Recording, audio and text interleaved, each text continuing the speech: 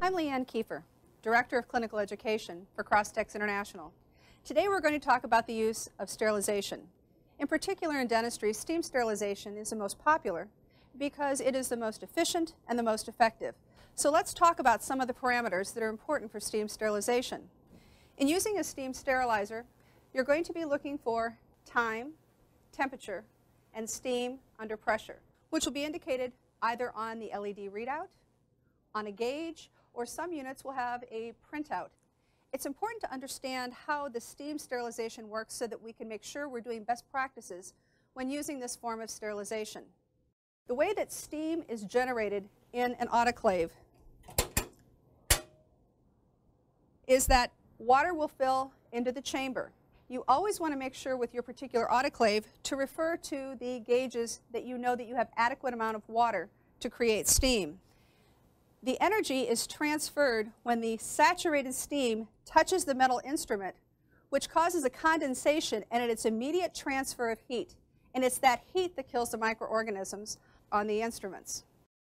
There are a number of features that you want to check to make sure that your sterilizer is operating appropriately. The first thing you want to look at is your fill station to make sure that you have adequate amount of water in the sterilizer.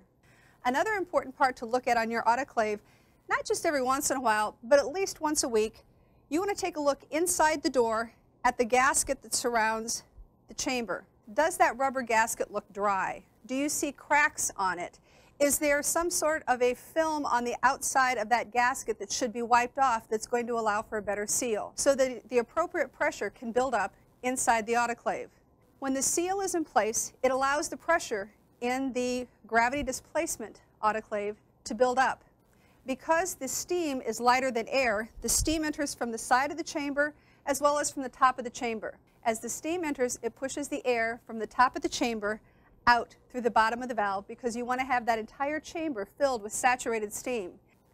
Another important thing to check is that you're using the appropriate accessories that come with your sterilizer. You're using the appropriate trays or vertical racks for stacking so that you can make sure that the instruments are being placed inside the sterilizer as appropriately as possible.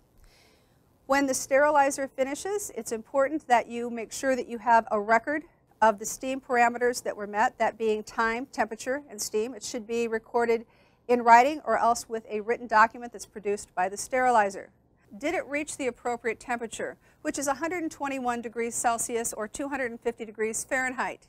You'd also want to record if it reached the appropriate pressure. That pressure is going to be between 15 and 18 psi or pounds per square inch.